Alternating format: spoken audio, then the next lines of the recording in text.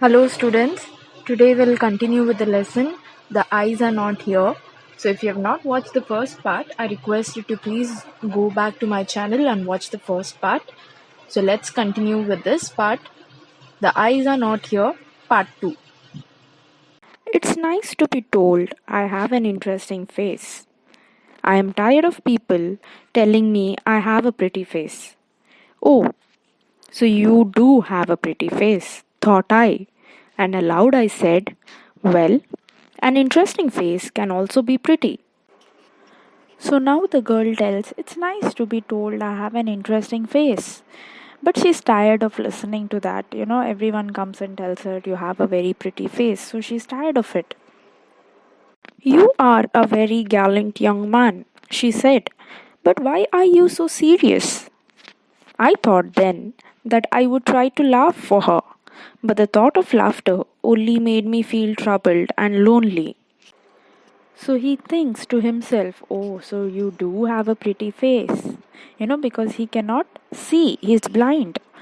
And he says aloud, well, an interesting face can also be pretty. He's just trying to have a conversation there.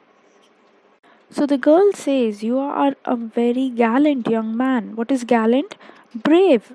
You are very brave young man. But why are you so serious? She's asking him. So he thinks for himself, maybe I should try to laugh. But then he thought, if I laugh, then maybe it will make me feel troubled and lonely because he knows. We will be at your station, I said. Thank goodness it's a short journey. I can't bear to sit in a train for more than 2 or 3 hours. So the man says, we will be at your station now. So the girl replies, thank goodness it's a short journey. I can't bear to sit in a train for more than 2 or 3 hours. I cannot sit for more than that. Yet I was prepared to sit there for almost any length of time just to listen to her talking. Her voice had the sparkle of a mountain stream. As soon as she left the train, she would forget our brief encounter, but it would stay with me for the rest of the journey and for some time after. But the man was thinking something else. He was thinking that he can sit there for almost any length of time just to listen to her talking because her voice it had a sparkle of a mountain stream. It was so beautiful. And as soon as she left the train, she would forget our encounter, the talk that we had. She will forget it. But it will stay with me for the rest of my entire journey, maybe sometime after it also. The engine's whistle shrieked. The carriage wheels changed their sound and rhythm. The girl got up and began to collect her things. I wonder if she wore her hair in a bun or it was plaited, or if it hung loose over her shoulders, or if it was cut very short.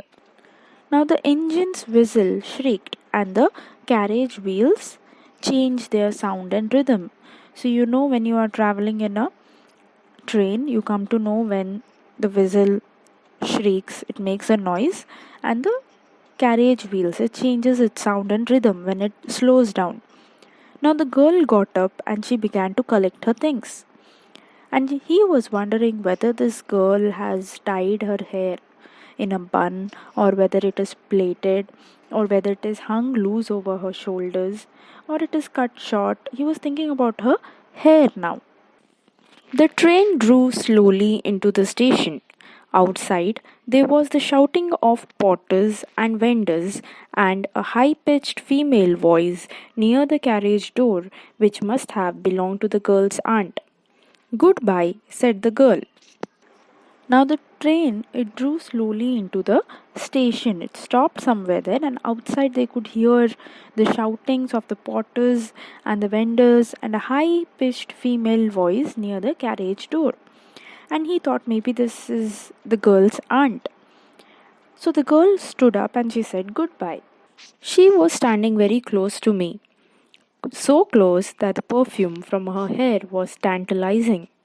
I wanted to raise my hand and touch her hair, but she moved away, and only the perfume still lingered where she had stood. Now the girl was standing very close to this man. She was so close that the perfume from her hair was tantalizing. What is tantalizing? Making him desire her presence even more. He wanted her to stay there. So he wanted to raise his hand and touch her hair. But she moved away and only the perfume lingered. What is lingered? Stayed there where she had stood. You may break, you may shatter the vase if you will, but the scent of the roses will linger there still. There was some confusion in the doorway. A man getting into the compartment stammered an apology. Then the door banged shut and the world was shut out again. I returned to my berth. The guard blew his whistle and we moved off. Once again, I had a game to play with a new fellow traveler. So he was just thinking, like, maybe she will go away from me. But the smell of her, the way I spoke to her, all that will be remembered. Then there was some confusion in the doorway. A man getting into the compartment stammered an apology. He said something, he said sorry to somebody. Then the door banged shut, and the entire world was shut out again for him. Then again he came back to his berth.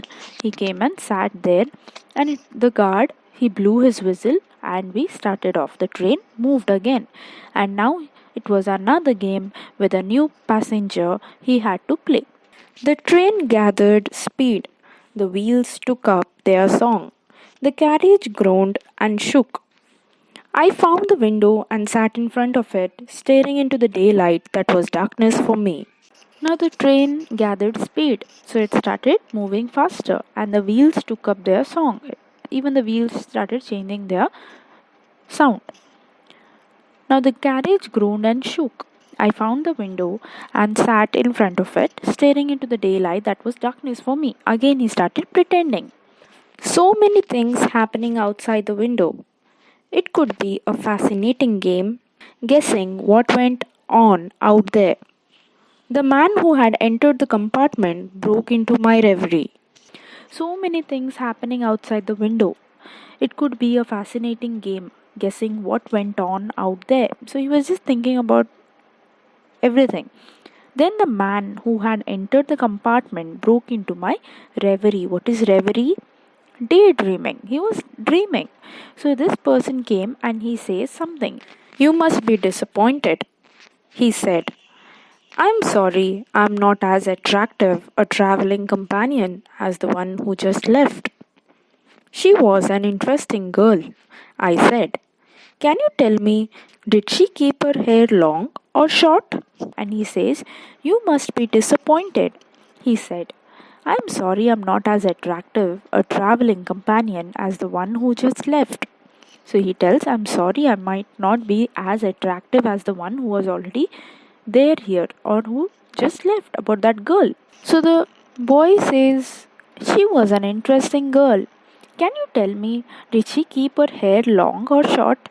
So this man is asking that, the new companion, he's asking him whether that girl had long hair or short hair. I don't remember, he said, sounding puzzled. It was her eyes I noticed, not her hair. She had beautiful eyes, but they were of no use to her. She was completely blind. Didn't you notice? So the man who had come, the new traveling companion, he said, I don't remember, and he was sounding puzzled because why is he asking about her hair? Then he says, It was her eyes I noticed, not her hair. I noticed her, I saw her, but what did I notice? I watched her eyes, and she had beautiful eyes, but they were of no use to her. Why? Because she was blind. Didn't you notice? So she was also playing a game with him.